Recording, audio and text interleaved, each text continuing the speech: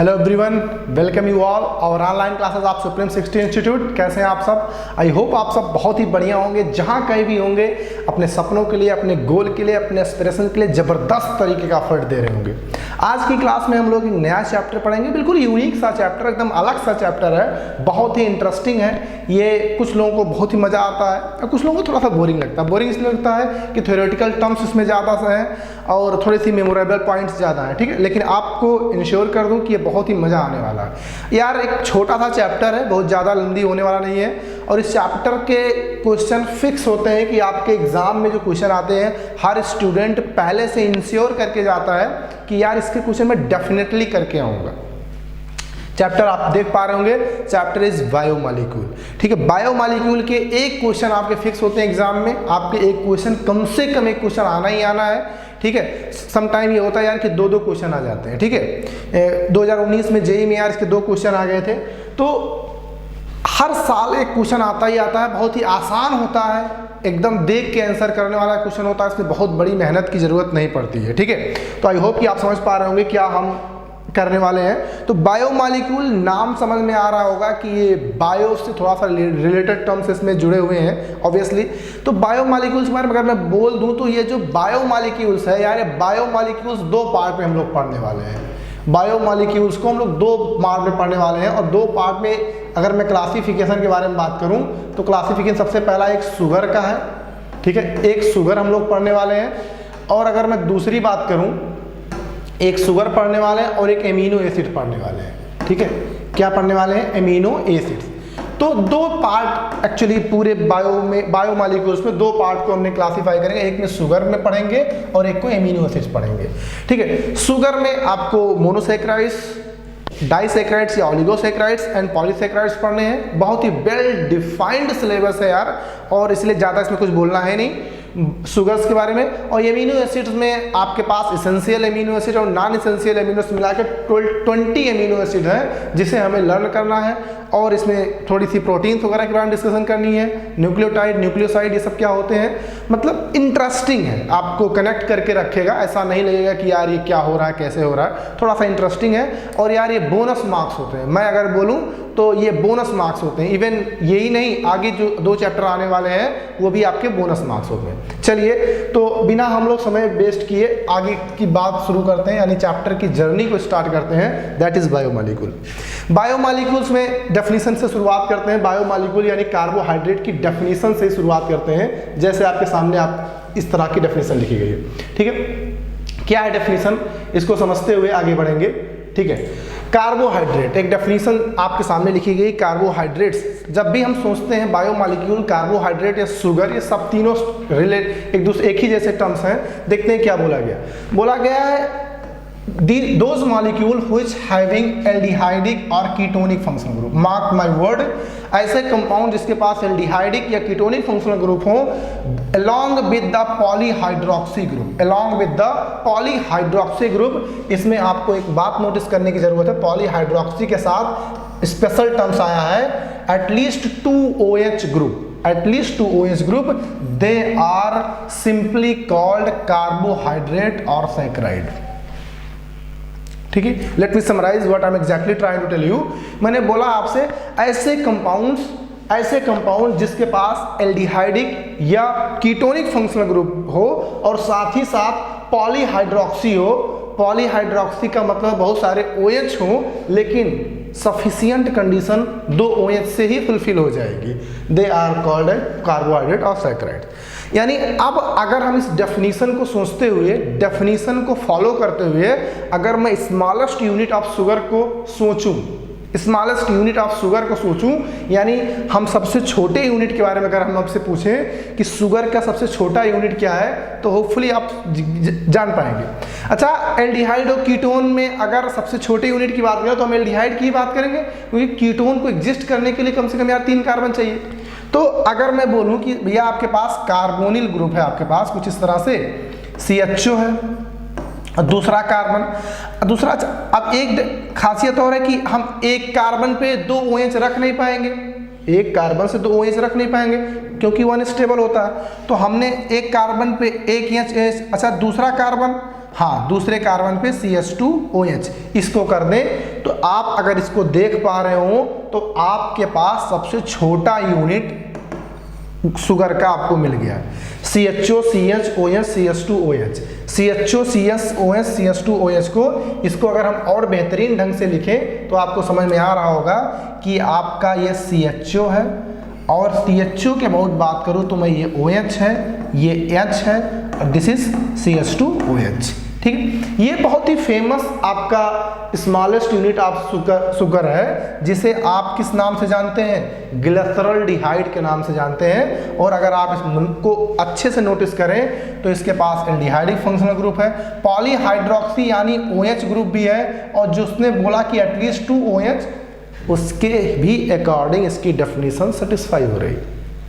ठीक है, तो बहुत ही बेसिक बातों से हम लोगों ने शुरुआत की कि सबसे पहले हम उस डेफिनेशन को समझने का प्रयास कर रहे हैं कि शुगर की डेफिनेशन क्या होती है, और अगर शुगर की डेफिनेशन समझ पा रहे हैं तो उस डेफिनेशन के अकॉर्डिंग हम सबसे पहला सबसे छोटा यूनिट शुगर को आइडेंटिफाई कर लिए, दैट इज दिस। ठीक है, तो आई होप कि आप समझ पा रहे होंगे और साथ साथ आप नोट करते भी चल रहे होंगे। तो क्या मैं अब आगे बढ़ूँ? चलिए, तो मुझे अब यहाँ से आगे बढ़ने की जरूरत है। तो डेफिनेशन होपफुली आपने लिख लिया होगा।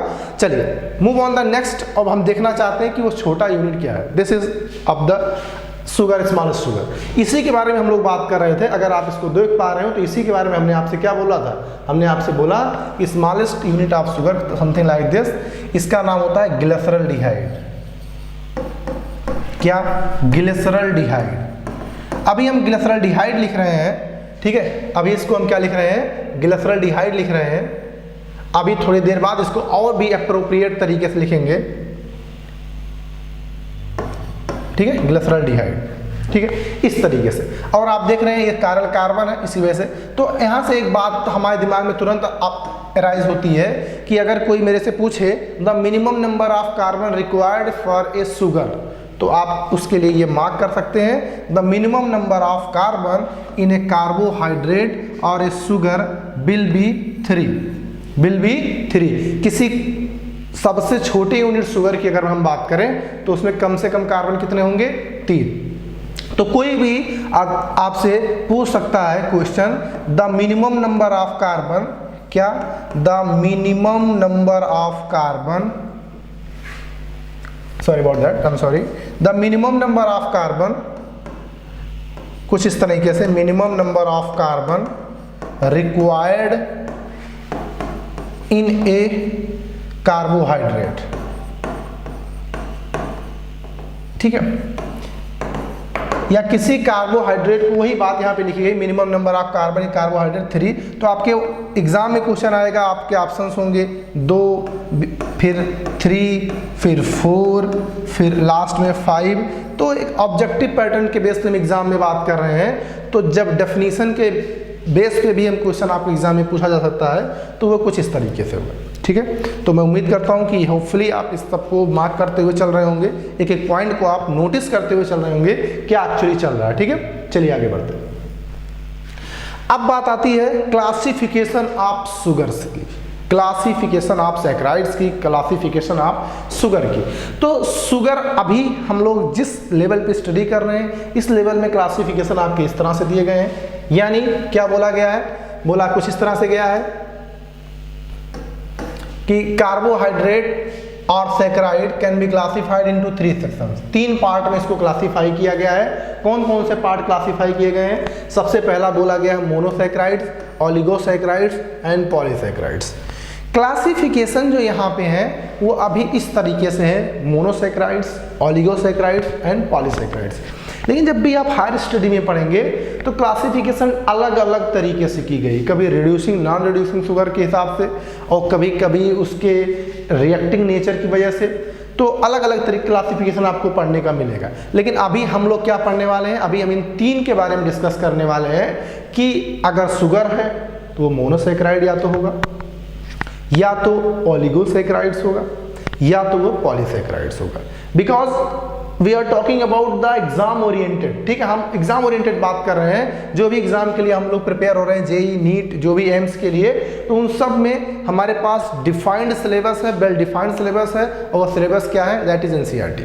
ठीक है। तो चलिए, तो आई होप कि आपको समझ में आ रहा होगा कि क्लासिफिकेशन में हमें 3 तरह के क्लासिफिकेशन को स्टडी करना है जो आपके सामने है।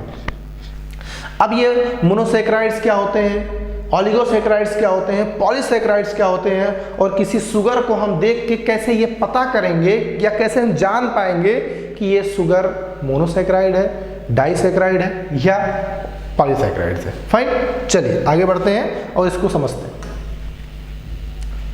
पहले इसको अगर आप देखें तो सबसे पहला आपके सामने लिखा है मोनोसैकेराइड्स। क्या? मोनोसैकेराइड्स। मोनोसैकेराइड्स में देखिए आपको क्या बोला गया, मोनोसैकेराइड्स बोला गया those carbohydrates which cannot be hydrolysed into simple units. ऐसे कार्बोहाइड्रेट्स जो फर्दर हाइड्रोलाइज ना हो, ऐसे कार्बोहाइड्रेट जो फर्दर हाइड्रोलाइज ना हो, यानी सिंपल यूनिट ऑफ शुगर जो होंगे उसे हम क्या पढ़ेंगे, monosaccharides. Simple unit of sugar को हम क्या बोलेंगे, monosaccharides. For example glucose and fructose. 2 example आपके सामने है, ग्लूकोज एंड फ्रक्टोज। ठीक है, फिर जरा देखिए क्या बोला गया, एक पॉइंट यहाँ पे मार्क करने की जरूरत है। ग्लूकोज फ्रक्टोज, ये तो पहचान में आ गया कि सबसे छोटा यूनिट शुगर का ऐसा होगा, ऐसा यूनिट ऑफ शुगर जिसको हम फर्दर हाइड्रोलाइज करके स्मॉल यूनिट में ब्रेक ना कर पाए, स्मॉल यूनिट में ब्रेक ना कर पाए, ऐसे शुगर को हम पढ़ेंगे मोनोसैकेराइड्स। होपफुली बात समझ में आ रही है। अगली बात बोली गई है, they consist C3 to C7 number of carbon. ये बात भी मार्क करने की जरूरत है। जो सिंपल शुगर होंगे यानी मोनोसैकेराइड्स होंगे उसमें नंबर ऑफ कार्बन 3 से शुरू होगा।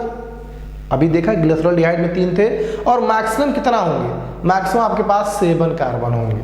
ठीक है, 3 कार्बन to 7 कार्बन के बीच का जो आपके पास शुगर होंगे वो सब क्या होंगे, मोनोसैकेराइड्स होंगे। होपफुली आपको समझ में आता होगा। अब इसकी इन सब शुगर के लिए कुछ बातें, कुछ जनरल टर्म्स डिफाइन है। उन जनरल टर्म्स में क्या डिफाइन है उसको समझते हैं। जैसे आपके सामने दिया गया, अगर 3 कार्बन है तो उसके लिए हम जनरल टर्म्स ट्राइओस यूज करेंगे।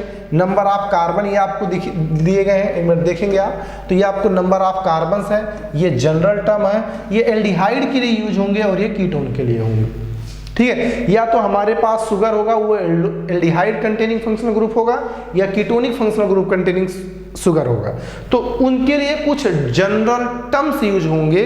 उन्हीं जनरल टर्म्स के बारे में हम लोग बात करने वाले हैं कि अगर किसी शुगर के पास एल्डिहाइड कंटेनिंग फंक्शनल ग्रुप है देन वी विल कॉल उस एल्डोज शुगर, अगर उसे कीटोन है उसे कीटोस शुगर बोलेंगे। तो यहीं पे उसकी बात करते हैं। अगर हमारे पास 3 कार्बन का शुगर है तो उसे हम ट्राइओस पढ़ेंगे, जनरल टर्म ट्राइओस। लेकिन एल्डिहाइड है उसके पास तो एल्डो ट्राइओस पढ़ेंगे, कीटोन है तो कीटो ट्राइओस पढ़ेंगे। सिमिलरली अगर 4 कार्बन का शुगर है तो उसे टेट्रोस पढ़ेंगे। क्या? टेट्रोस पढ़ेंगे। और एल्डिहाइड के साथ एल्डो टेट्रोस, कीटो टेट्रोस। यही प्रोसेस कंटिन्यू होगा 5 कार्बन के साथ पेंटोज, 6 कार्बन के साथ हेक्सोज, 7 कार्बन के साथ हेप्टोज। ये ट्राइओस, टेट्रोस, पेंटोज, हेक्सोज, हेप्टोज, ये जो टर्म्स होंगे वो एल्डो और कीटो के साथ आएंगे जब, तो उनसे पहले अगर एल्डिहाइड होगा तो एल्डो आ जाएगा, कीटोनिक फंक्शनल ग्रुप होगा तो कीटो आ जाएगा। तो ध्यान रखना, कभी कभी आपके एग्जाम में पूछ लिया जाता है which of the following sugar is aldose sugar, which of the following sugar is known as ketose sugar, समझ रहे हैं, या ketohexose sugar, aldohexose sugar. तो ये सब छोटे छोटे टर्म्स हैं जो एग्जाम में क्वेश्चन के फॉर्म में आपके सामने अपीयर होंगे। ठीक है, तो जो भी बातें आपकी चल रही हैं इसे आप नोट करते रहेंगे और हेल्पफुल होगा आपके लिए। जब भी हम लोग क्वेश्चन करेंगे तो ये सब चीज़ें उसमें हम यूज़ करेंगे। ठीक है, तो मैं उम्मीद करता हूँ कि आप सब प्रॉपर तरीके से इसको नोट कर रहे होंगे। फाइन, तो तो ये जनरल टर्म्स, इनके नाम एल्डिहाइड के साथ क्या बोले जाएंगे, कीटोन के साथ क्या बोले जाएंगे, इन सब को बहुत ही बेहतरीन ढंग से एकदम मस्त तरीके से नोट्स बनाते रहेंगे, क्योंकि ये सब चीज़ें मैंने शुरुआत में इसीलिए बोला कि थ्योरेटिकल टॉपिक है, थ्योरेटिकल क्वेश्चन बनते हैं, स्टेटमेंट वाइज क्वेश्चन बनते हैं। एग्जाम में पूछा जाता है कौन सा स्टेटमेंट करेक्ट है, कौन सा इनकरेक्ट है, और जनरल बातें सब ऑप्शंस में लिखी होंगी। ठीक है, चलिए आगे बढ़ते हैं। अब जैसे मोनोसैकेराइड्स के बारे में हम लोगों ने देखा कि भैया जिसको हम फर्दर हाइड्रोलाइज ना कर पाए उसे हम क्या पढ़ेंगे, उसे हम पढ़ेंगे मोनोसैकेराइड्स। ठीक है, लेकिन आप देखिए अब हम दूसरी बात पे वापस आते हैं। दूसरा शुगर यानी ओलिगोसैकेराइड्स किसे पढ़ेंगे उसके बारे में बात करते हैं। ओलिगोसैकेराइड्स बोला गया है which are hydrolyse into few, 2 से 7 9 यूनिट तक, ऐसे शुगर जिनको हाइड्रोलाइज करके कुछ यूनिट मिले, कितना, कम से कम 2 और ज़्यादा से ज़्यादा 9 शुगर यूनिट मिले, उन 9 मोनोसैकेराइड्स मिले, उसे क्या पढ़ेंगे, ओलिगोसैकेराइड्स। ठीक है, जिससे आपके एग्जाम्पल में है सुक्रोज, माल्टोज एंड लैक्टोज। ध्यान दीजिएगा ये सब जो है डाइसैकेराइड्स हैं, जिसे हम ओलिगोसैकेराइड्स भी बोल रहे हैं। ये आपके 3 जो है आपके सिलेबस में डिफाइंड है, आपके प्रिपरेशन प्रॉपर्टी में डिफाइंड है, इस वजह से इन तीनों के बारे में मैं बात कर रहा हूँ। ठीक है, यानी ऐसे शुगर जिनको हाइड्रोलाइज करके 2 से 9 यूनिट मोनोसैकेराइड्स को मिल रहे, ऐसे शुगर को हम क्या बोलेंगे, ओलिगोसैकेराइड्स पढ़ेंगे। Hopefully this is fine. जैसे एग्जाम्पल के लिए हम अगर आप देखें कि एग्जाम्पल के लिए सुक्रोज को जब हम एसिडिक हाइड्रोलिसिस करते हैं तो आपको मिलता है ग्लूकोज और फ्रक्टोज मिलता है। ये अप्रोप्रिएट नहीं लिखा है, अभी में हम लोग आगे पढ़ेंगे तो लिखेंगे कि alpha D glucose and beta D fructose मिलता है, बट फाइन। सुक्रोज एक शुगर है, कैसा, ओलिगोसैकेराइड शुगर है, जिसको हाइड्रोलाइज करने पे ग्लूकोज और फ्रक्टोज मिलता है, यानी 2 मोनोसैकेराइड्स मिलते हैं। फिर आता है रेफिनोज C18H32O16 होता है, जिसको हम हाइड्रोलाइज करते हैं ग्लूकोज, फ्रक्टोज, गैलेक्टोज, इसमें 3 मोनोसैकेराइड्स मिलते हैं। फाइन, 3 मोनोसैकेराइड्स मिलते हैं। तो आपके पास इस तरह के कंपाउंड, ऐसे शुगर जिसको हाइड्रोलाइज करने से कुछ यूनिट ऑफ मोनोसैकेराइड्स मिले, कुछ यूनिट ऑफ मोनोसैकेराइड्स शुगर मिले, उन्हें हम क्या बोलेंगे, ओलिगोसैकेराइड्स बोलेंगे। I hope this is very much clear to all of you, कोई परेशानी नहीं होगी। Move on the next, polysaccharides. What is polysaccharide? Definition is obvious. Polysaccharides का मतलब आपको बेसिक से आइडिया लग गया होगा कि हम लोगों ने मोनोसैकेराइड्स को क्या बोला, जो फर्दर हाइड्रोलाइज ना हो। डाइसैकेराइड्स को किसे बोला, जिसको हाइड्रोलाइज करके कुछ मोनोसैकेराइड्स मिले। पॉलीसैकेराइड्स क्या होंगे, ऐसे शुगर जिनको हाइड्रोलाइज करके लार्ज नंबर ऑफ मोनोसैकेराइड्स या large number of monomer unit of sugar मिले, उसे हम क्या बोलेंगे, polysaccharides. Let's take an example about the definition. Which on hydrolysis give many monosaccharides are known as polysaccharides. For example starch, cellulose and glycogen. एक ऐसे sugar जिनको hydrolyse करके बहुत ज्यादा मोनोसैकेराइड यूनिट मिले, उन्हें हम क्या बोलेंगे, पॉलीसैकेराइड शुगर बोलेंगे। जैसे फॉर एग्जांपल आपके पास स्टार्च है, सपोज दैट अगर मैं बोलूं कि ये आपके पास स्टार्च है, तो स्टार्च को हाइड्रोलाइज करेंगे तो n number of unit of glucose आपको मिलेंगे। इसीलिए बोला गया स्टार्च आपका क्या है स्टार्च आपका पॉलीसैकेराइड है। ठीक है, तो पॉलीसैकेराइड का मतलब समझ में आया कि ऐसे शुगर जिनको हाइड्रोलाइज करें तो बहुत ज्यादा यूनिट में मोनोसैकेराइड्स मिले। ठीक है, ओके।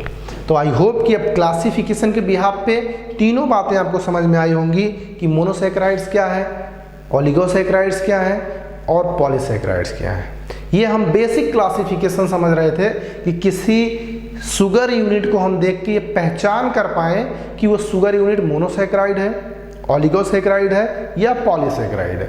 ठीक है, अब एक एक करके हम पढ़ना शुरू करते हैं, structure wise, preparation wise, properties wise, कि अगर मोनोसैकेराइड्स है तो क्या उसकी केमिकल रिएक्शन होंगी और वो स्ट्रक्चर कैसा होगा, अगर वो एल्डोज शुगर है तो वो कैसा होगा, कीटोज शुगर है तो वो कैसा होगा। ठीक है, चलिए आगे बढ़ते हैं और इस बात को समझते हैं। जैसे बोला गया आपके पास मोनोसैकेराइड्स, मोनोसैकेराइड देखिए क्या होते हैं। मोनोसैकेराइड्स के बारे में अभी हम लोग क्लासीफाई कर चुके हैं। ऐसे शुगर जिनको हाइड्रोलाइज ना किया जाए फर्दर, उन्हें क्या कहते हैं, उन्हें क्या कहते हैं, मोनोसैकेराइड। जैसे इस किसी मोनोसैकेराइड का जनरल फार्मूला हो सकता है CnH2nOn, CnH2nOn। अब या तो एल्डोज होंगे या तो वो कीटोज होंगे। ठीक है, ये आपका जनरल फार्मूला है।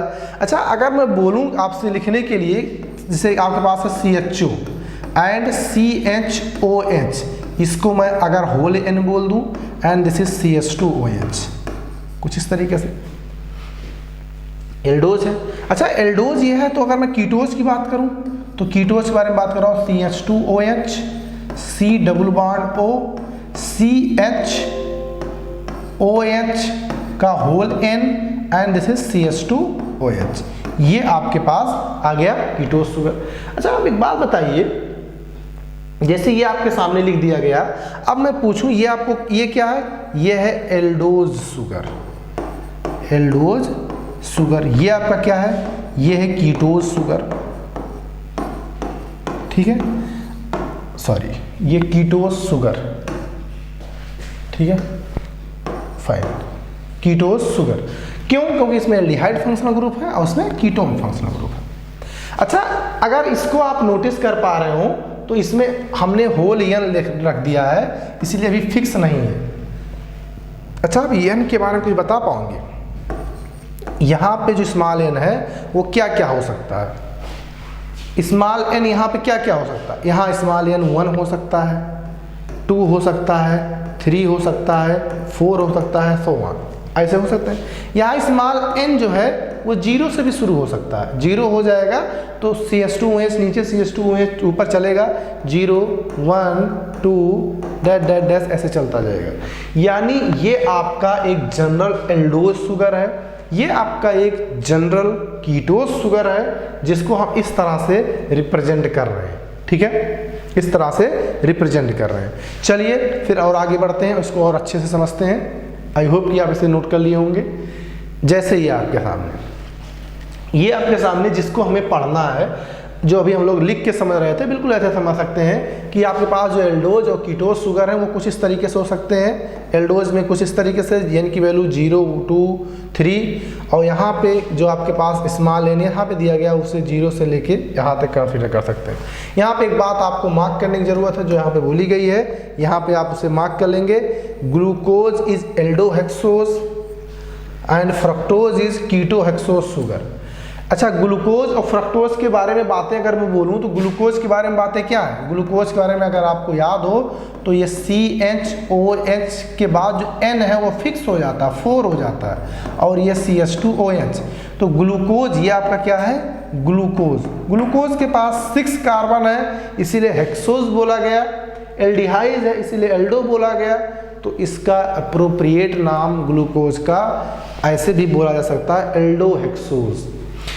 अगर फ्रक्टोज के बारे में बात करें तो फ्रक्टोज के बारे में भी यहाँ पे कीटोनिक फंक्शनल ग्रुप है, CH2OH, यहाँ पे कीटोन, यहाँ पे आपके पास है CHOH का whole thrice and this is CH2OH। इसको अगर आप देखेंगे तो यहाँ पे भी 6 कार्बन है। ये स्ट्रक्चर है आपका फ्रक्टोज का, इसका स्ट्रक्चर है फ्रक्टोज का। फ्रक्टोज में भी टोटल 6 कार्बन की चेन है और इसमें कौन सा फंक्शनल ग्रुप है? कीटोनिक फंक्शनल ग्रुप है, इसीलिए इसको क्या बोला गया? कीटोहेक्सोज बोला गया। तो ग्लूकोज और फ्रक्टोज के बारे में आपको पता होना चाहिए कि ग्लूकोज और फ्रक्टोज किस तरह से होते हैं। ठीक है, अब हम इसके स्ट्रक्चर के बारे में और बेहतर से बात करेंगे। आई होप कि आप मार्क करते हुए बढ़ रहे होंगे। ठीक है, चलिए आगे बढ़ते हैं। अब हम बात करते हैं प्रिपरेशन ऑफ ग्लूकोज की। ग्लूकोज बनता कैसे है? ठीक है, प्रिपरेशन ऑफ ग्लूकोज की बात करते हैं। ग्लूकोज बनता कैसे? तो प्रिपरेशन ऑफ ग्लूकोज में देखिए क्या बोला गया है, glucose occur freely in nature as well as in combined form. Glucose freely and well combined form, it is prepared it is present in sweet and honey, ripe grapes contain glucose large amount. ठीक है, ये शहद में, पके फल में अच्छे amount में ग्लूकोज मिलता है। तो सबसे पहला प्रिपरेशन आपके सामने है फ्रॉम सुक्रोज या कैन शुगर, फ्रॉम सुक्रोज या केन शुगर।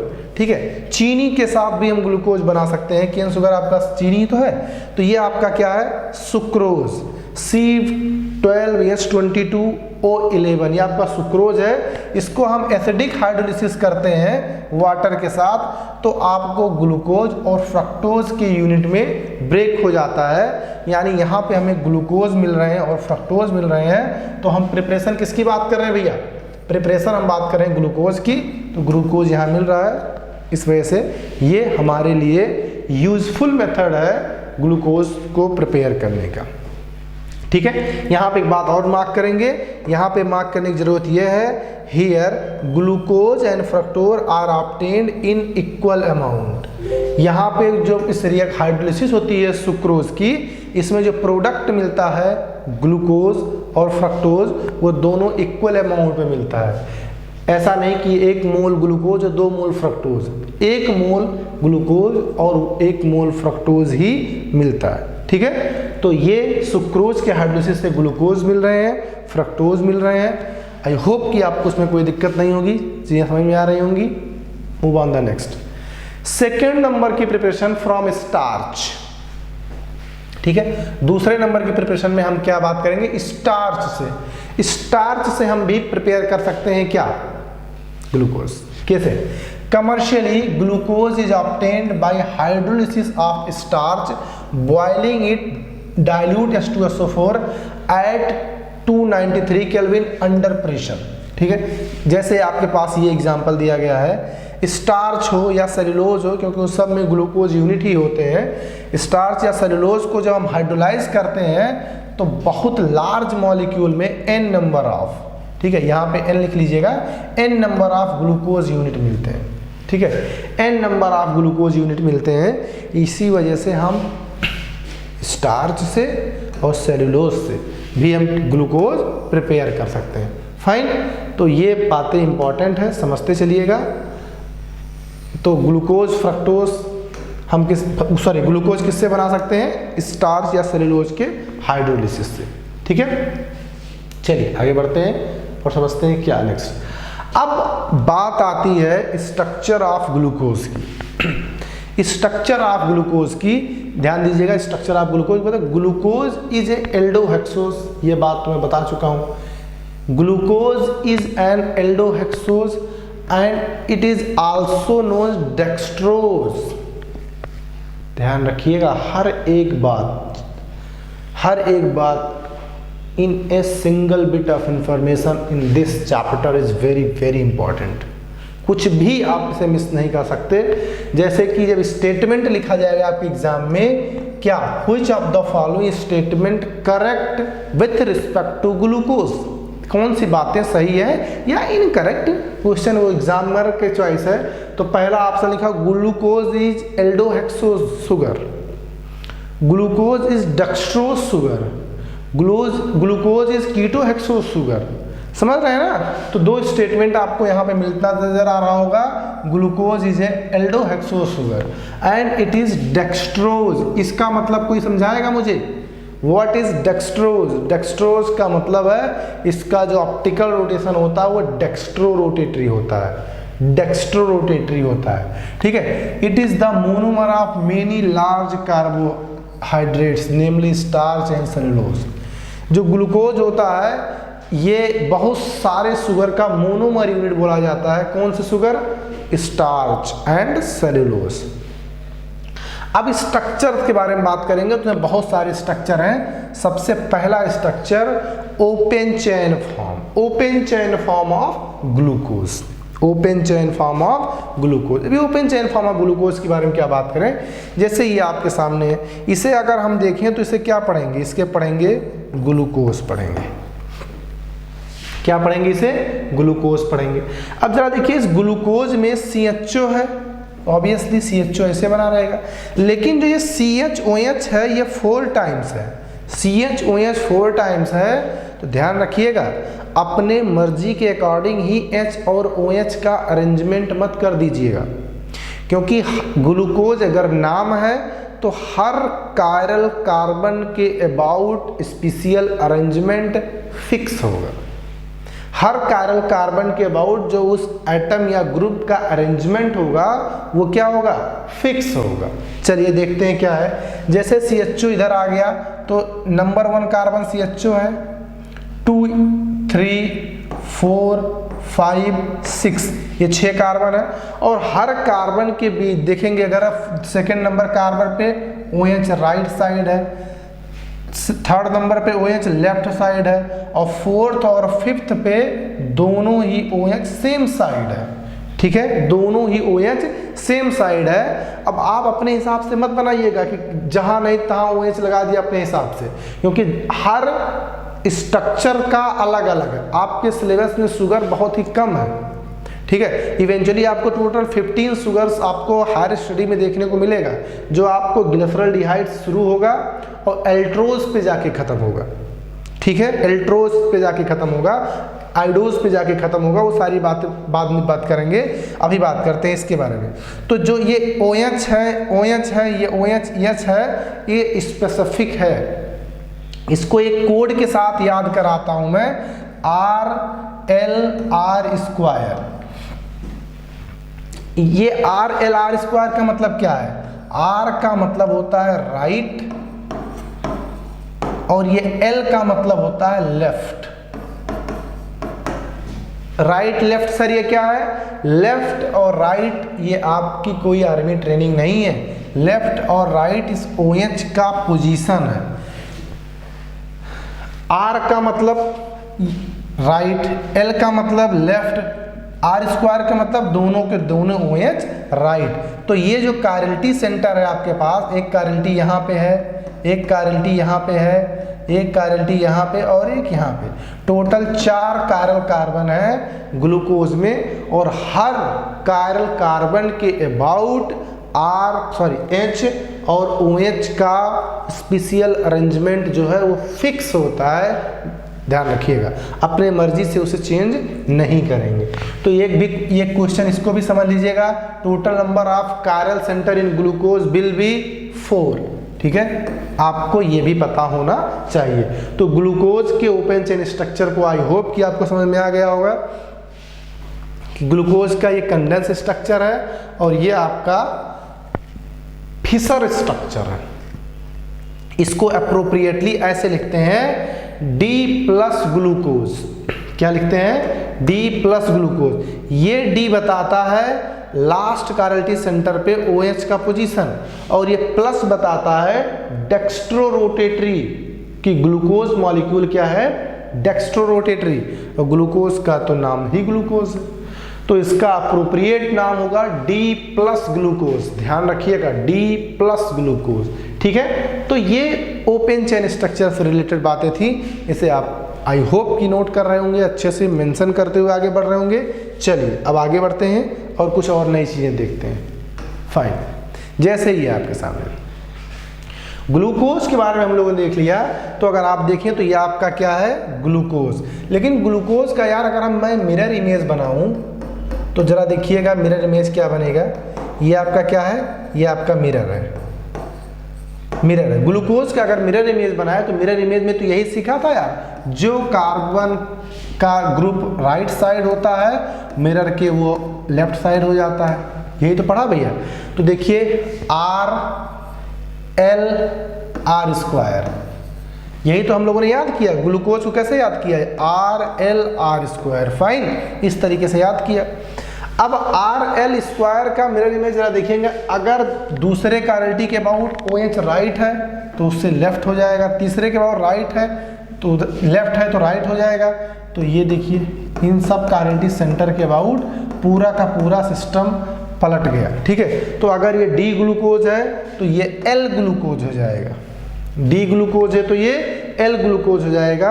और एक बात हम लोगों ने आइसोमेरिज्म में कभी किसी समय पढ़ रखा है कि अगर दो मॉलिक्यूल आपस में एक दूसरे के मिरर इमेज है दो मॉलिक्यूल आपस में एक दूसरे के मिरर इमेज हैं और कुछ कैरेलिटी भी पजेस कर रहे हैं तो उन्हें हम आपस में इनेंशियोमर कहते हैं। ठीक है, तो इसको आप स्टार बना के मार्क कर लेंगे अपनी कॉपी में। D glucose and L glucose are enantiomers. D glucose and L glucose are enantiomers. समझ रहे हैं? तो आपको कभी कभी हो सकता है कि डी ग्लूकोज का स्ट्रक्चर दे दे और पूछ ले कि एल ग्लूकोज का स्ट्रक्चर बताओ, तो काफ़ी स्टूडेंट से गलती हो सकती है। कुछ लोगों को देखा कि वो लास्ट कैरेलिटी सेंटर के बाद OH पलट देते हैं।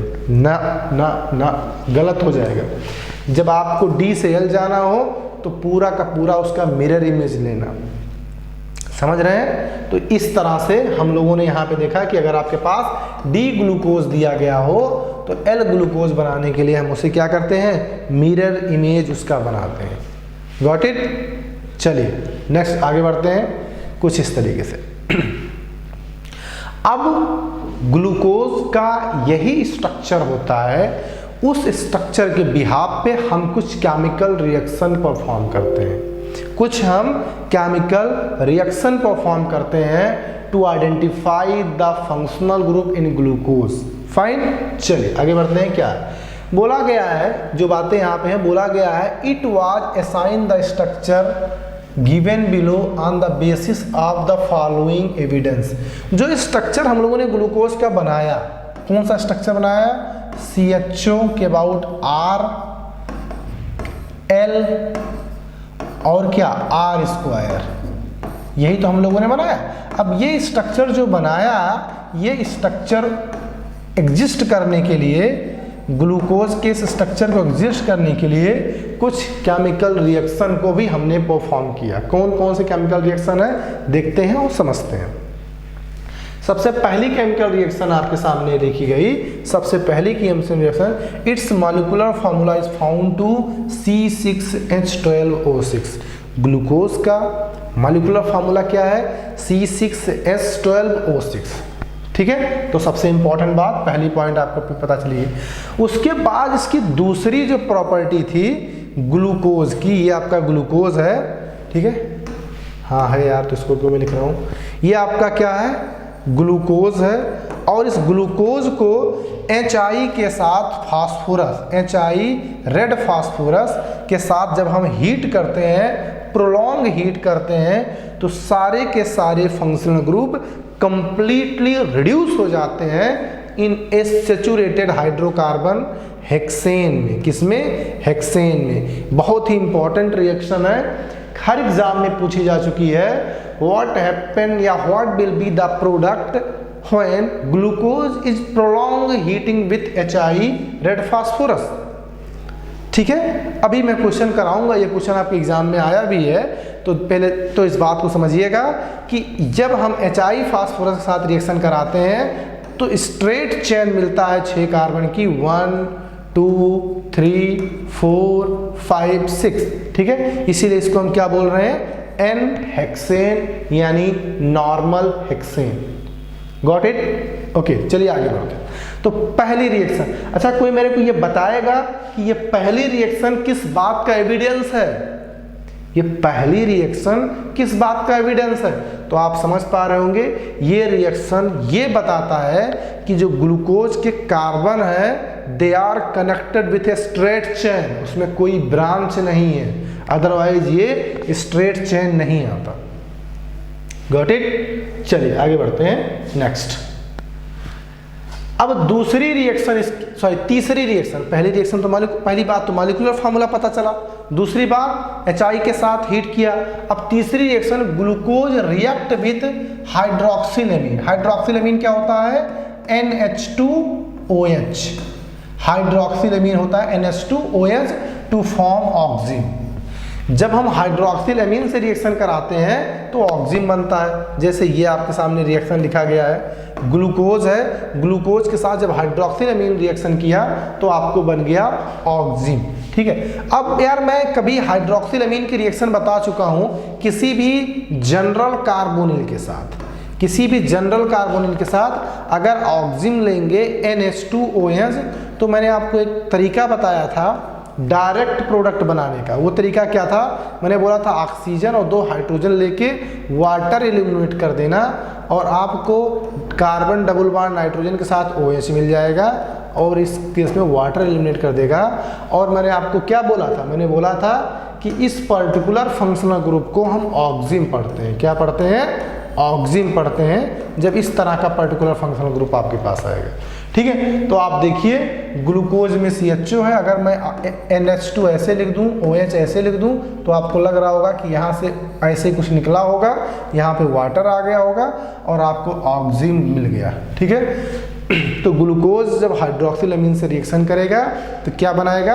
ऑक्सिन बनाएगा। ठीक है, क्या ये रिएक्शन किस बात का एविडेंस है? ये रिएक्शन ग्लूकोज की कौन सी प्रॉपर्टी को बताता है? ये रिएक्शन ग्लूकोज में कार्बोनिल फंक्शनल ग्रुप का कंफर्मेशन है कि इसके पास कौन सा फंक्शनल ग्रुप है? कार्बोनिल फंक्शनल ग्रुप है। इस बात का ये प्रिडिक्शन है, इस बात का ये कंफर्मेशन है। ठीक है, चलिए आगे बढ़ते हैं, move on the next.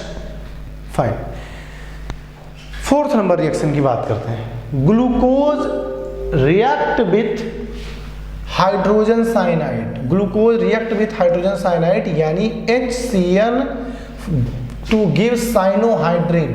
Cyanohydrin के बारे में भी मैं ऑलरेडी आपको बता चुका हूँ, कई बार जगह बता चुका हूँ। जब मैं न्यूक्लियोफिलिक एडिशन पढ़ा रहा था तब बता चुका हूँ, और जब मैं कार्बोनिल की रिएक्शन में केमिकल प्रॉपर्टी पढ़ा रहा था तब बता चुका हूँ।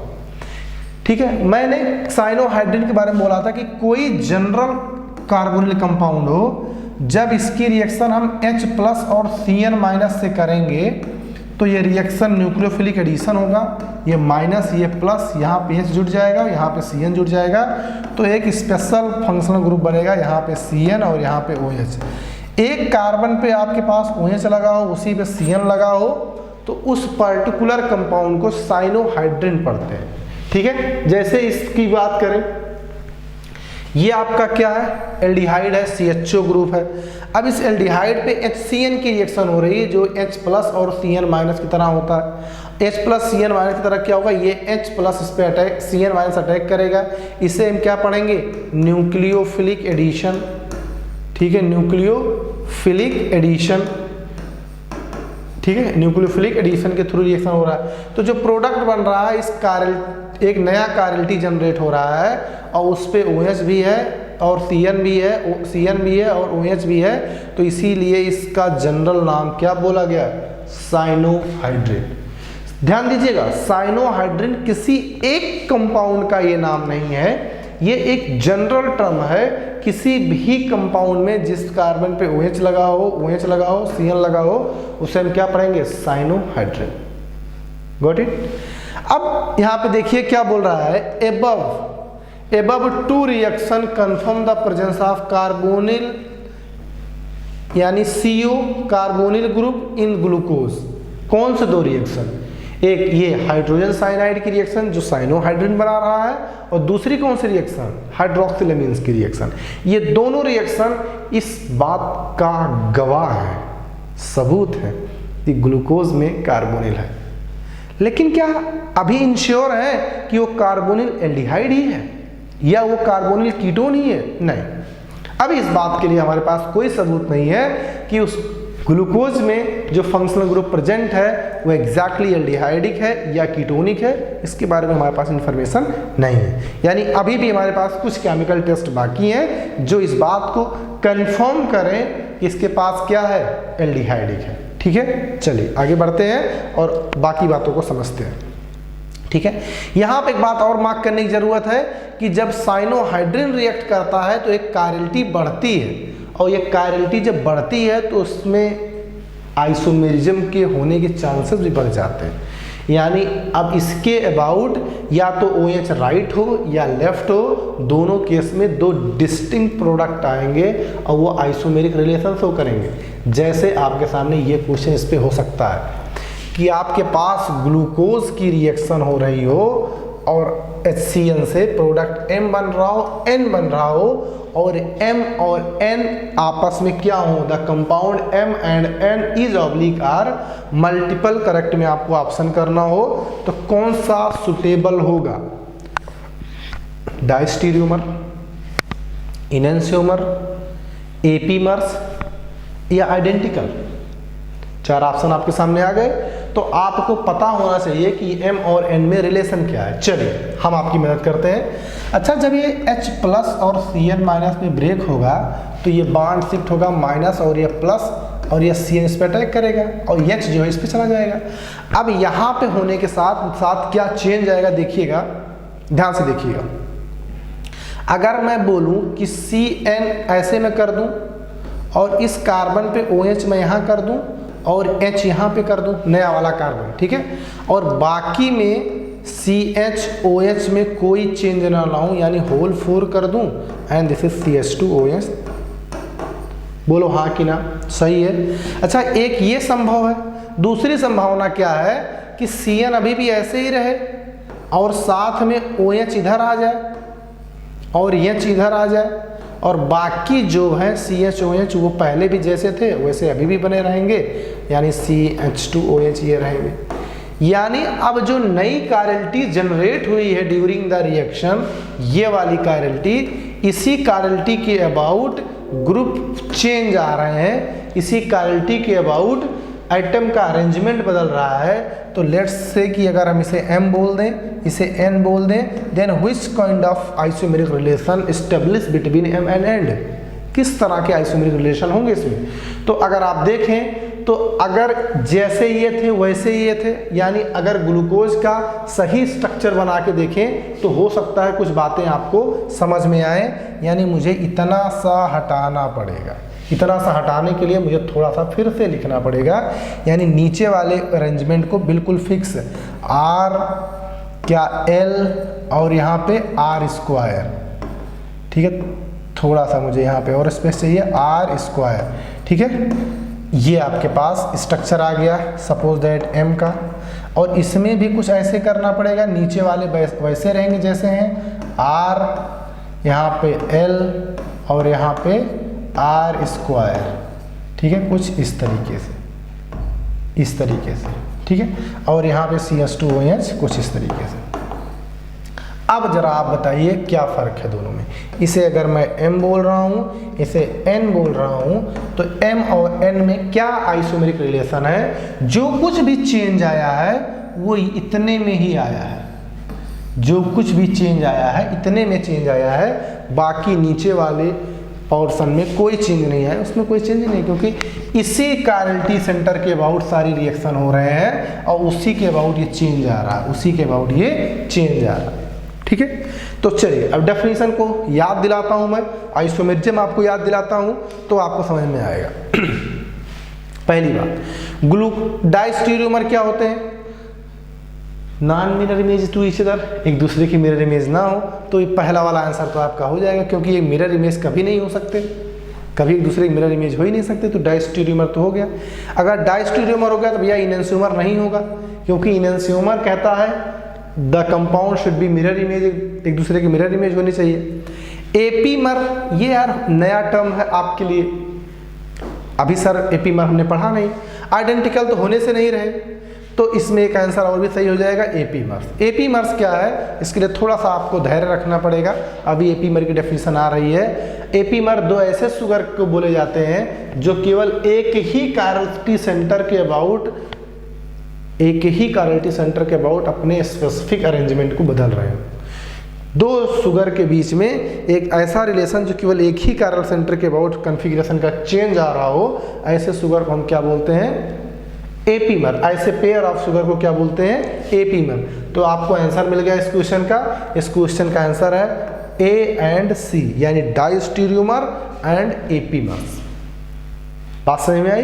तो ध्यान दीजिएगा, ये अच्छा क्वेश्चन है, एग्जाम में पूछा जा सकता है। तो हाइड्रोजन साइनाइड किस बात का कन्फर्मेशन है, एल्डिहाइड ग्रुप का। जो प्रोडक्ट आएगा उस प्रोडक्ट में कौन कौन सा आइसोमेरिक रिलेशन होंगे ये आपको पता होना चाहिए, ठीक है। चलिए आगे बढ़ते हैं और कुछ समझते हैं। जैसे ये फिफ्थ नंबर रिएक्शन आपके पास आ गई। फिफ्थ नंबर रिएक्शन क्या कहता है इसको समझते हैं। फिफ्थ नंबर रिएक्शन कह रहा है glucose get oxidise, glucose get oxidise to 6 carbon carboxylic acid, 6 carbon carboxylic acid known as gluconic acid.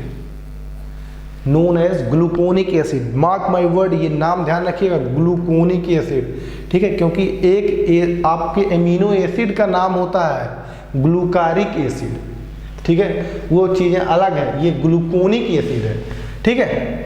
On reaction with mild oxidising agent bromine water, यानी अगर ये आपके पास रिएजेंट दिया गया है Br2H2O तो ग्लूकोज ऑक्सीडाइज हो जाता है। जैसे आपके सामने रिएक्शन लिखा है, कहीं जाने की जरूरत नहीं है, ये आपके पास है ग्लूकोज, ठीक है।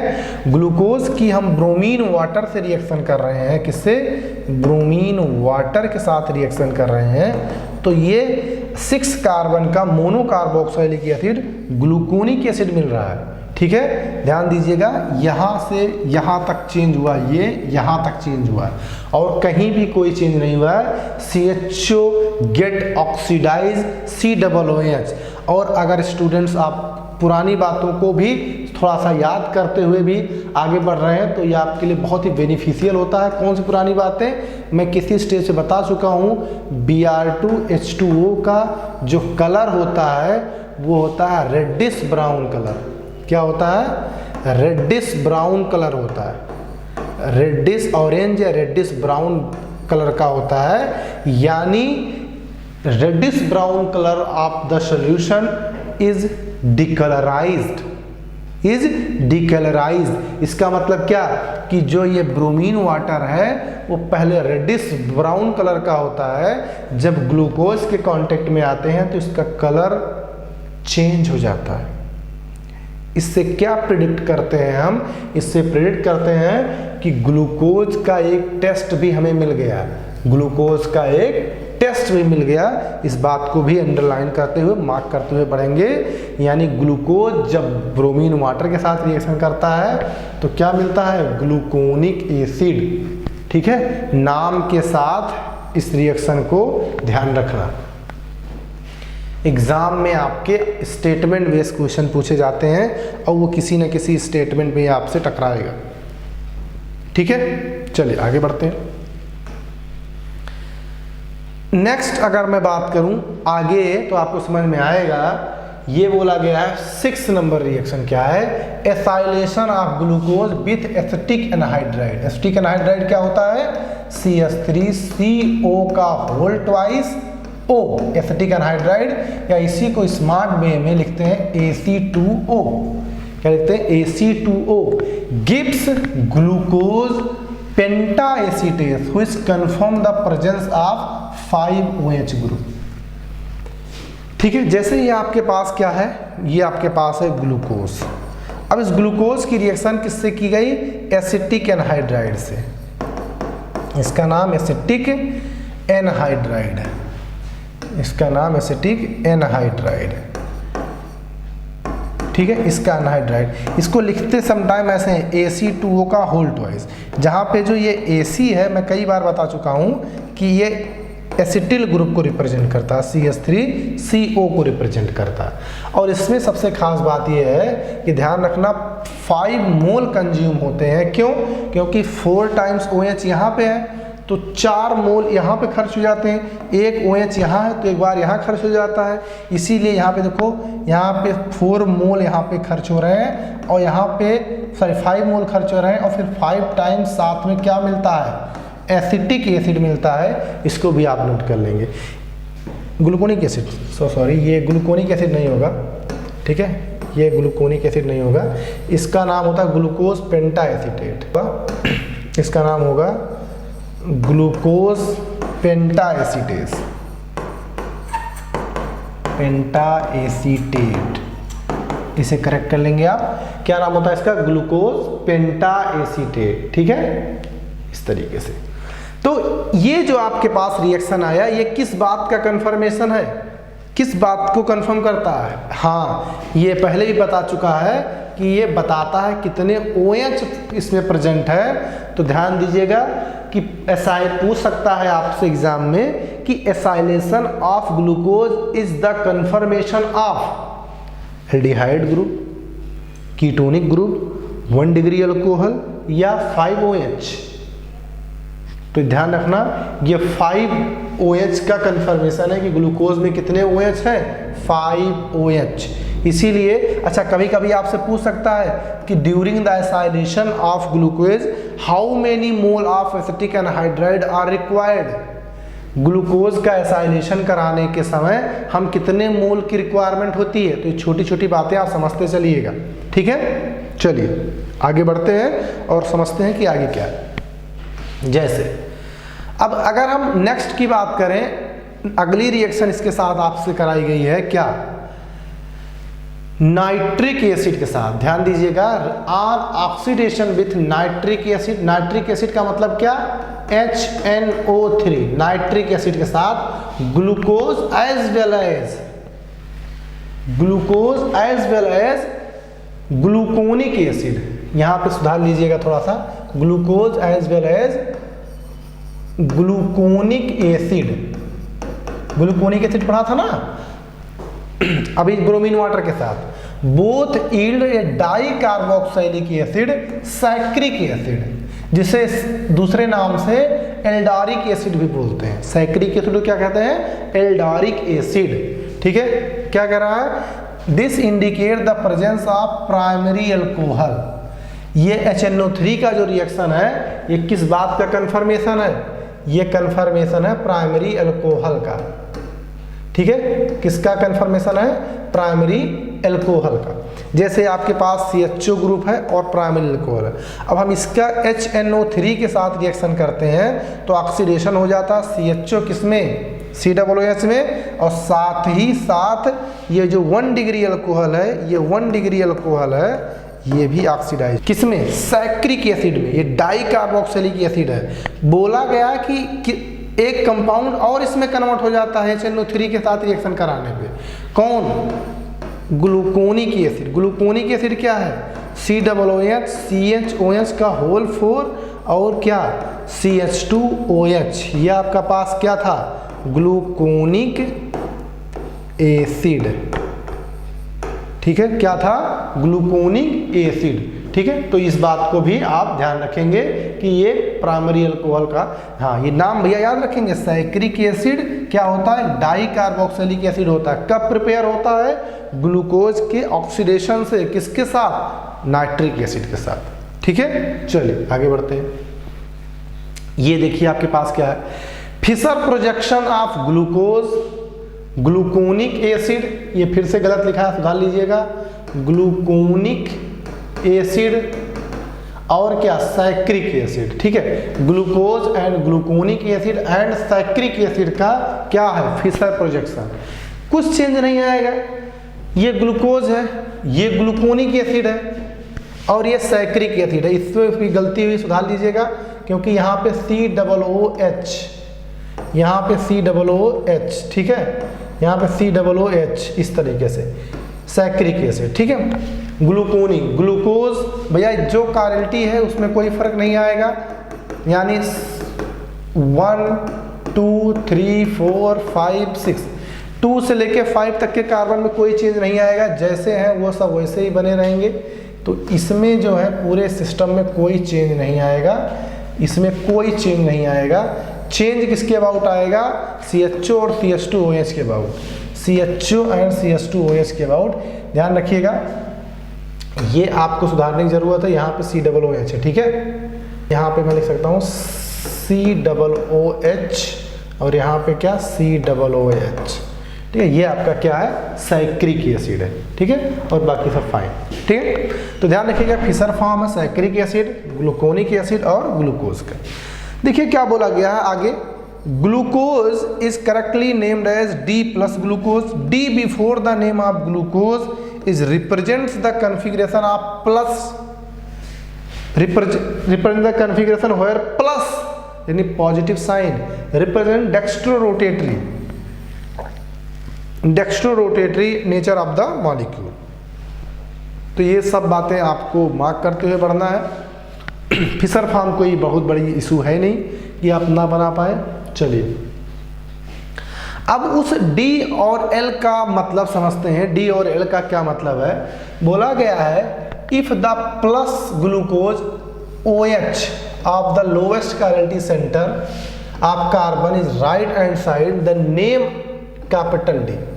बोल रहा है कि अगर ग्लूकोज या किसी भी शुगर के लोवेस्ट लास्ट कैरिलिटी सेंटर के अबाउट OH का कन्फिग्रेशन बताता है। क्या? If OH is left hand side lowest symmetric carbon it is known as L configuration. ठीक है, समझते हैं। जैसे ही आपके साथ है ग्लिसरॉल्डिहाइड, ग्लिसरॉल्डिहाइड को अगर देखें तो ये 1, ये 2, ये 3 है। अब इसमें एक ही कारल सेंटर है, इस कारल सेंटर के अबाउट OH राइट साइड है, तो इसीलिए इसका नाम हो जाएगा D plus glyceraldehyde, D plus glyceraldehyde. ठीक है। अच्छा, यहाँ पे लेफ्ट साइड हो गया तो यहाँ पे नाम के पहले L आ जाएगा, यहाँ नाम से पहले D आ जाएगा। जैसे देखो ये D ग्लिसरॉल्डिहाइड है, तो बिल्कुल पहले हम लोग क्या समझते थे? पहले हम समझते हैं स्ट्रक्चर को देखते हैं सबसे पहले, और स्ट्रक्चर को देखने के बाद हम समझते हैं क्या ये आपका ग्लिसरॉल्डिहाइड प्लस है और इसी का ठीक ये मिरर इमेज है। देखिए इसको ठीक मिरर इमेज इसका है। तो प्लस ग्लूकोज का जो मिरर इमेज है वो आपका क्या है? प्लस ग्लूकोज का जो मिरर इमेज है वो आपका है प्लस ग्लिसरॉल्डिहाइड का मिरर इमेज माइनस ग्लिसरॉल्डिहाइड। ठीक है, ओके। अब जैसे प्लस ग्लिसरॉल्डिहाइड को और अप्रोप्रिएटली लिखना हो तो उसके नाम के पहले हम D लगाते हैं, और D कब लगाते हैं? लोवेस्ट सिमेट्रिक कार्बन के जो OH होता है उसी को देख के। अगर ये OH राइट साइड है, अगर ये OH राइट है तो D लिखते हैं, अगर OH लेफ्ट है तो L लिखते हैं। जैसे ये ग्लूकोज है, ये 1, 2, 3, 4, 5, 6, ये लोवेस्ट कार्बन 5 पे है और ये OH राइट साइड है, इसीलिए क्या लिख रहे हैं? D plus glucose. D बताता है OH लास्ट कैरिलिटी सेंटर और प्लस बताता है क्या? Dextrorotatory, dextrorotatory. ठीक है, डेक्स्ट्रो रोटेटरी ऑफ मॉलिक्यूल। तो आई होप कि अब किसी शुगर में कैपिटल D और कैपिटल L के नाम के साथ कोई समस्या नहीं होगी। ठीक है, चलिए नोट कीजिए, आगे बढ़ते हैं। ओके, ये अब इसमें क्या है, कुछ स्ट्रक्चर्स आपके बदले इसमें ग्लूकोज और फ्रक्टोज के बिहाफ पे, और उस स्ट्रक्चर में समस्या थी जो ओपन चेन स्ट्रक्चर पढ़ रहे थे।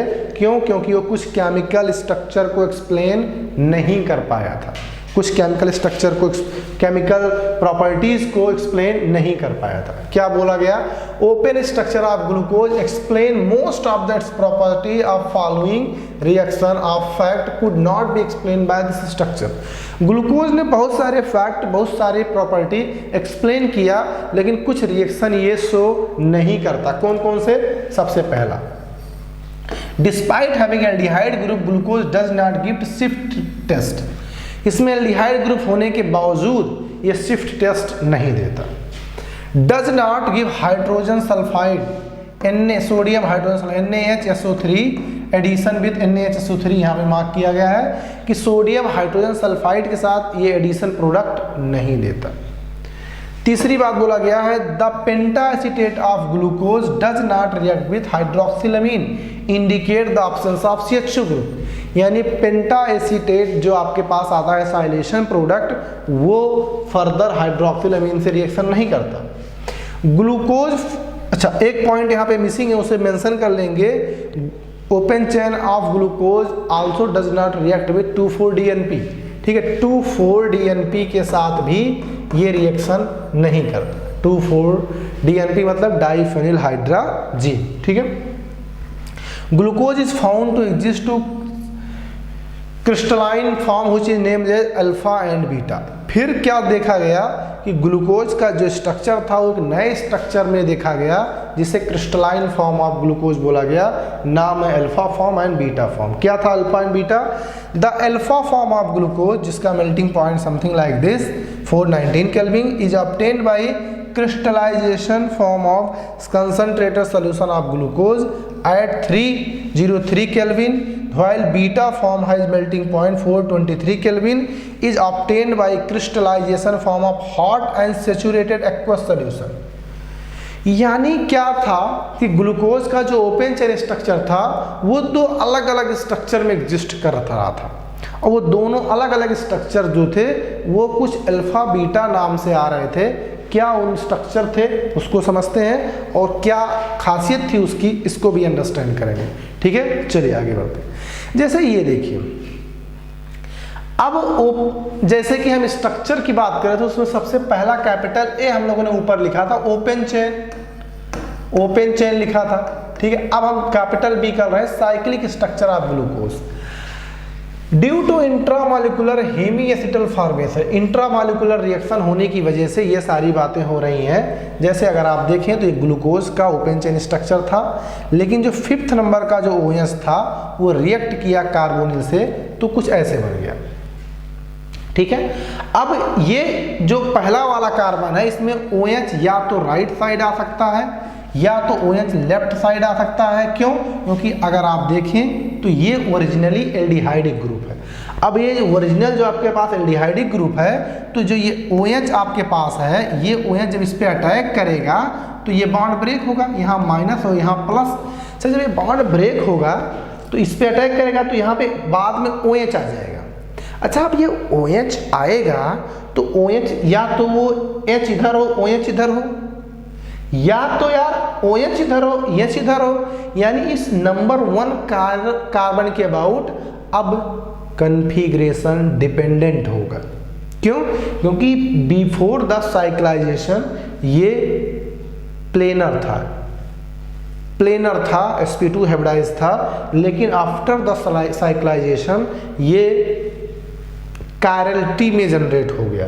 अब ये नंबर 1 कार्बन जो यहाँ पे है वो कायरल हो गया। अब नंबर 1 कार्बन जो यहाँ पे वो क्या हो गया? कायरल हो गया। अब वो कायरलिटी के बाद OH राइट हो या OH राइट हो या OH लेफ्ट हो, उसके लेफ्ट राइट होने पे स्ट्रक्चर बदलेगा और उस स्ट्रक्चर के बदलने से पूरी कहानी बदलेगी।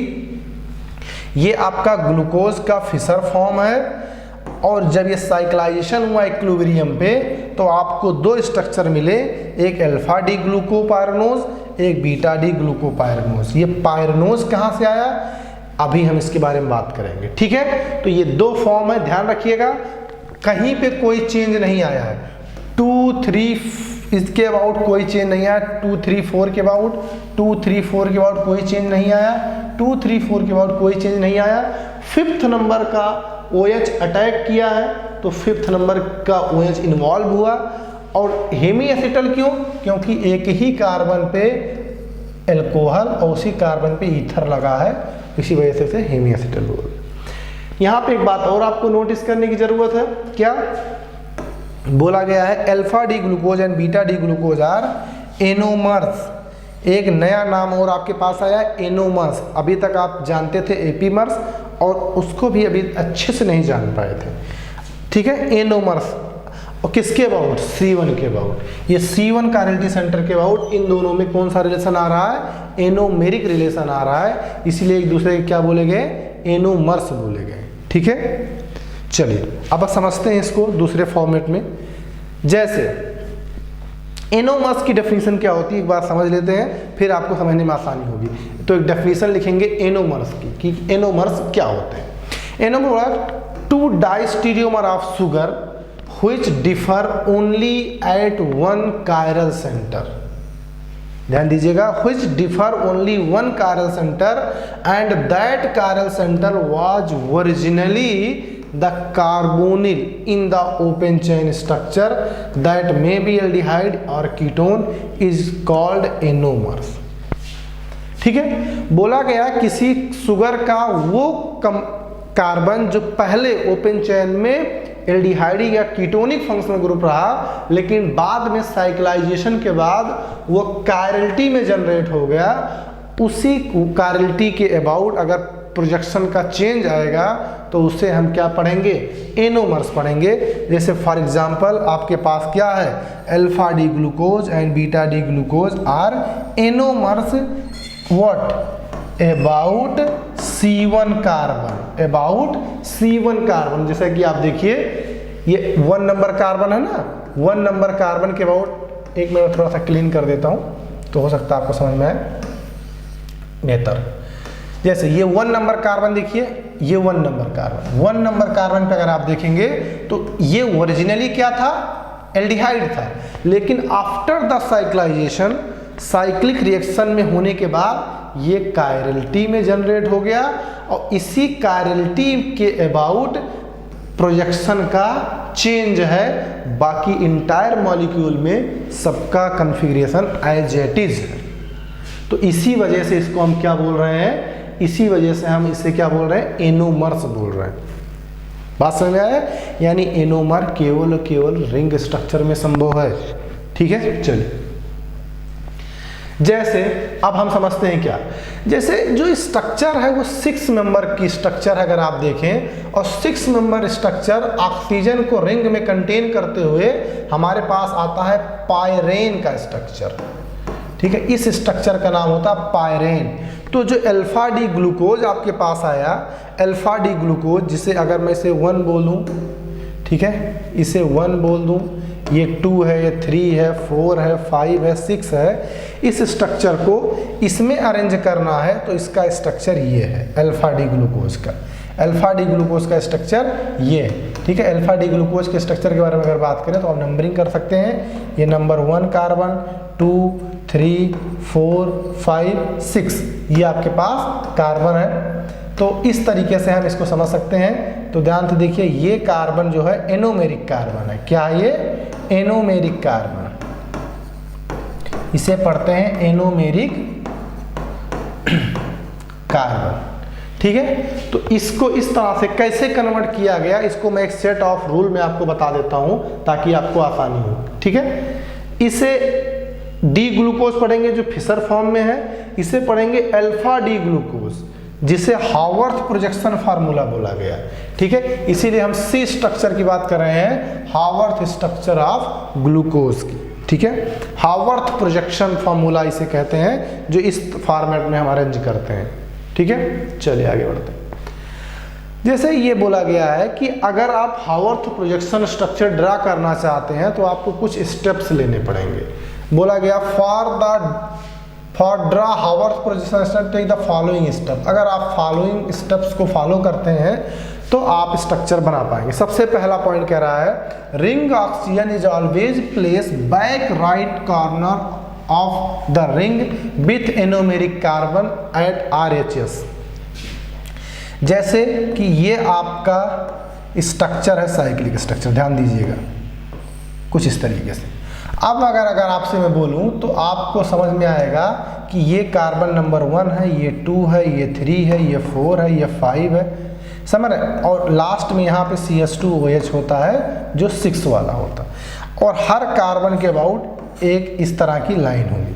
तो ये आपका जो ऑक्सीजन है उसी के बारे में यहाँ पे बोला गया है। क्या बोला गया है, बोला गया है रिंग ऑक्सीजन, ये रिंग ऑक्सीजन है, ऑलवेज प्लेस बैक। ये अगर आप देखें ये आपकी तरफ है, ये वाला जो बॉन्ड है ये आपकी तरफ है, ये आपके ऐसे नजर आ रहा है, लेकिन ये ऐसे लिया जाता है। अभी अब ऐसे है ना, ये अगर ऑक्सीजन है तो ये कुछ ऐसे है, ये आपकी तरफ है, इसको हम बोर्ड प्लेन में देख रहे हैं, लेकिन ये कुछ ऐसे है। अगर ऐसे फील करेंगे तो ये ऑक्सीजन एकदम पीछे नजर आएगा, तो इसीलिए बोला गया ring oxygen back right hand corner.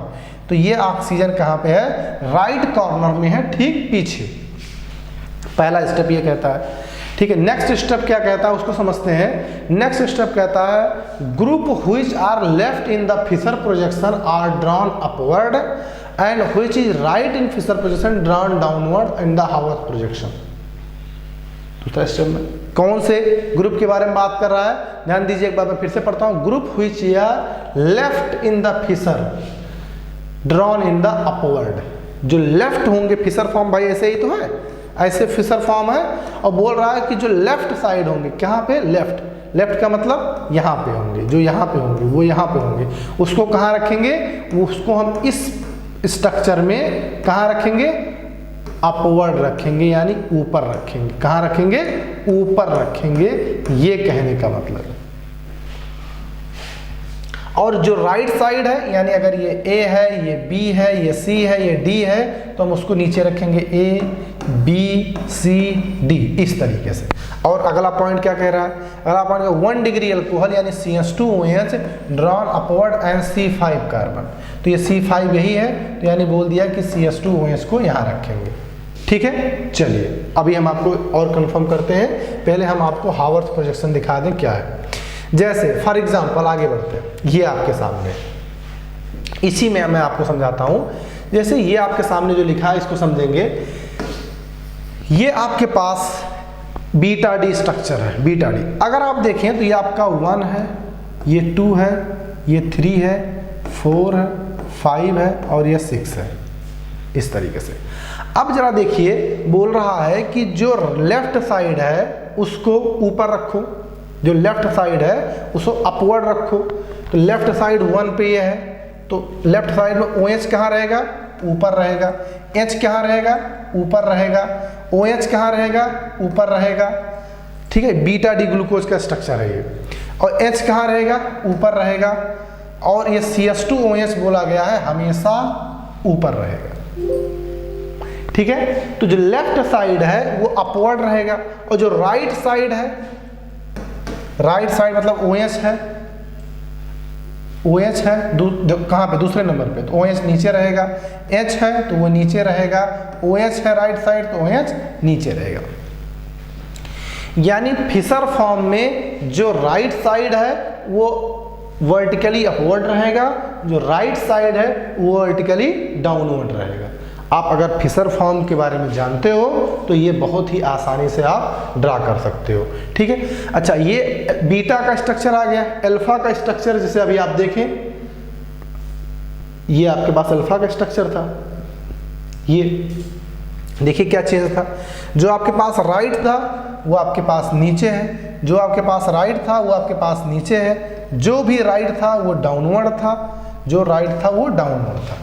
और क्या था, जो आपके पास लेफ्ट था वो अपवर्ड था, जो लेफ्ट था वो अपवर्ड था, जो लेफ्ट था वो अपवर्ड था, जो वो अपवर्ड, और CH2OH हमेशा ऊपर। तो समझ में आया, फिशर फॉर्म को देख के हावर्थ फॉर्म में कैसे वापस आते हैं। बस इसको अगर पता है तो इसमें आसानी से अरेंज कर सकते हो आप। ठीक है, चलिए आगे बढ़ते हैं। जैसे ये देखिए, दोनों स्ट्रक्चर आपके सामने यहाँ पे लिखे गए। इसको जरा देखिए क्या बोला गया है इसमें हर बात को आप मेंशन करते हुए आगे बढ़ेंगे। ये आपके सामने, इसको एक बार फिर से बनाना है आपको, ऐसा नहीं है। अच्छा, स्ट्रक्चर बनाने से यार लोग बचते हैं। मैं आपको फिर से कहना चाहूँगा कि स्ट्रक्चर बनाते समय आप बचें ना इससे, क्योंकि ये स्ट्रक्चर आप जितनी बार प्रैक्टिस करोगे उतनी बार आपको याद होता जाएगा और ज़रूरी है इसे याद करना। ये आपका क्या है, एनोमेरिक कार्बन 1 है, ये 2 है, ये 3 है, ये 4 है, ये 5 है, ये 6 है। ये आपका क्या है, 6 है। तो ये आपका जो कार्बन है, ये कार्बन, ये आपका क्या है, ये एनोमेरिक कार्बन है। ये एनोमेरिक कार्बन, ये आपका कार्बन क्या है, ये एनोमेरिक कार्बन है। ठीक है, ये आपका क्या है, एनोमेरिक कार्बन। तो ध्यान रखिएगा, ये कार्बन एनोमेरिक कार्बन, और ये C1 कार्बन जो आपके नजर आ रहा है, ये 1 है, ये 2 है, 3, 4, 5, 6, और ये 1 के कार्बन OH ऊपर और ये OH नीचे। यानी अगर मैं बोलूं कि इन दोनों में जो रिलेशन है वो इन दोनों में रिलेशन है किसका, एपीमर या एनोमर। तो ध्यान रखिएगा, ये दोनों क्या है, एनोमर्स हैं। किसके अबाउट, एट C1। क्योंकि अगर आप इन दोनों में देखें तो यहाँ पे और यहाँ पे इन दोनों में फर्क है, C1 के अबाउट। पूरा का पूरा स्ट्रक्चर में कोई चेंज नहीं आएगा, केवल किसके अबाउट चेंज है, चेंज और चेंज केवल किसके अबाउट है, C1 के अबाउट। तो ये बातें ध्यान रखिएगा, C1 के अबाउट ही पूरे स्ट्रक्चर में चेंज है। तो इस बात को समझते हुए बढ़ेंगे। इस कार्बन को मार्क कर लेंगे। यहाँ पे कुछ इस तरह से OH ऊपर है और यहाँ से OH नीचे है। अगर OH ऊपर है तो ध्यान रखिएगा थोड़ी सी H बॉन्डिंग की संभावना होती है, और उसी H बॉन्डिंग की संभावना की वजह से जो स्ट्रक्चर का परसेंटेज आता है, आप देखिए ये 63.8% एग्जिस्ट करता है, ये 36% एग्जिस्ट करता है। यानी ओपन चेन स्ट्रक्चर बहुत ही ट्रेस के अमाउंट में एग्जिस्ट करता है। तो बीटा फॉर्म ऑफ ग्लूकोज का ये स्पेसिफिक रोटेशन भी आपको ध्यान रखना है प्लस 18.7 और अल्फा का प्लस 112.2 डिग्री। ये क्रिस्टलाइन फॉर्म का स्पेसिफिक रोटेशन है। क्या? क्रिस्टलाइन फॉर्म का स्पेसिफिक रोटेशन है। ये बहुत ही हेल्प होगा आगे जब हम इन्वर्जन ऑफ शुगर पढ़ेंगे तो हम इसको यूज करेंगे। ठीक है, चलिए आगे बढ़ते हैं। जैसे ये आपके सामने कुछ क्वेश्चन है उसको देख लेते हैं। अभी जो हम लोगों ने जितना अभी तक की बातें की उससे बिहाफ पे क्या क्या क्वेश्चन है इसको देखते हैं। पहला क्वेश्चन जरा देखिए, एक क्वेश्चन क्या बोला गया है, the number of stereocentre represent in linear as well as cyclic structure of glucose. Option है 4 and 5, 4 and 4, 5 and 4 and 5 and 5। Linear structure of glucose and cyclic structure of glucose में आपको बताना है। तो भैया सलूशन देख के बताओगे क्या? नहीं बता पाओगे। आपके पास ये CHO है, R है, L है और यहाँ पे R²। अरे भैया इसका स्ट्रक्चर याद कर लीजिए सब लोग, क्योंकि बहुत ज़रूरत पड़ने वाली है। बिना याद किए चलेगा नहीं काम, क्योंकि आगे बहुत सी ज़रूरत पड़ने वाली है। तो इसके पास एक कायरल्टी यहाँ पे, एक कायरल्टी यहाँ पे, एक यहाँ पे, एक यहाँ पे, याद होता है लोगों को। तो ये दो ऑप्शन कैंसिल हो गए। क्यों? क्योंकि लीनियर चेन में 4 होते हैं तो 4 से शुरुआत होगा। साइक्लिक में क्या 4 होते हैं कि कायरल्टी बढ़ जाती है। साइक्लिक में 4 होते हैं, कायरल्टी बढ़ जाती है। भैया साइक्लिक स्ट्रक्चर आप किसी का ड्रा कर लीजिए, चाहे बीटा का ड्रा कर लीजिए, चाहे अल्फा का ड्रा कर लीजिए। तो ये आपके पास CH2OH है और यहाँ पे OH है, H है, OH है, OH है, OH है, H है, H है, H है, H है, इस तरीके से। ठीक है, कायरल्टी अगर देखो तो एक कायरल्टी यहाँ पे, एक कायरल्टी यहाँ पे, एक यहाँ पे, एक यहाँ पे और एक यहाँ पे, और बस 1 2 3 4 5। भैया इसमें 5 आएंगे, इसमें 4 आएंगे, तो 4 and 5 will be the correct option. देख रहे हैं, सीधे सीधे क्वेश्चन, छोटे छोटे क्वेश्चन आपके एग्जाम में आते हैं। जेईई मेंस 2019 का क्वेश्चन है। जस्ट आपको थोड़ी सी इंफॉर्मेशन आपके पास है तो ये क्वेश्चन आपके पास हो जाएगा। ठीक है, चलें आगे बढ़ें। चलिए ठीक है, जैसे बीटा डी ग्लूकोज बनाया मैंने, ये ग्लूकोज बनाया, ये ओपन चेन है। ठीक है, और ये साइक्लिक है। तो उसी में पूछा था लीनियर और साइक्लिक। ठीक है, चलिए आगे बढ़ते हैं। जैसे ये क्वेश्चन जरा देखिए क्या बहुत ही कठिन है। क्या आज ऐसा कुछ पढ़ा हम लोगों ने? इस क्वेश्चन के बारे में क्या बोल रहा है, glucose on prolong heating with HI gives. क्या देता है? अरे भैया तो जेईई में 2018 में आया था। कह रहा है ग्लूकोज को HI के साथ हीट करते हैं, क्या मिलता है? N-हेक्सेन, 1 हेक्सीन या हेक्सेनोइक एसिड या 6 आइडोहेक्सेनल। तो भैया अभी अभी पढ़ा है, इतनी खराब याददाश्त तो आपकी है नहीं कि आप तुरंत भूल जाओ। CHOH का होल 4 एंड व्हाट CH2OH। इसको हमने किसके साथ? HI के साथ जब हीट किया है तो हमें मिल रहा है इस तरह से, हेक्सेन मिला है, N-हेक्सेन। ठीक है, कुछ इस तरीके से N-हेक्सेन। ठीक है, तो इसी के साथ यार आज की लेक्चर को हम इसी पे ख़त्म करते हैं। अगली क्लास में मुलाकात होगी स्ट्रक्चर ऑफ फ्रक्टोज को लेते हुए। ठीक है, और हाँ, इसको प्रॉपर ढंग से कंप्लीट कर लीजिएगा। हर एक किसी का प्रॉपर नोट्स बना होना चाहिए। स्ट्रक्चर बार बार आप देखिए क्या है और केमिकल रिएक्शन क्या है, ग्लूकोज की कौन कौन से स्ट्रक्चर को आइडेंटिफाई करने में कौन कौन सी रिएक्शन की हेल्प ली और कौन से रिएक्शन ग्लूकोज के किस फंक्शनल ग्रुप के होने की या प्रेजेंट होने की बात बताता है। ठीक है, चलिए मुलाकात होगी इन अगली क्लास में किसी और रिएक्शन यानी फ्रक्टोज के साथ। तब तक के लिए take care, bye bye, thanks for watching.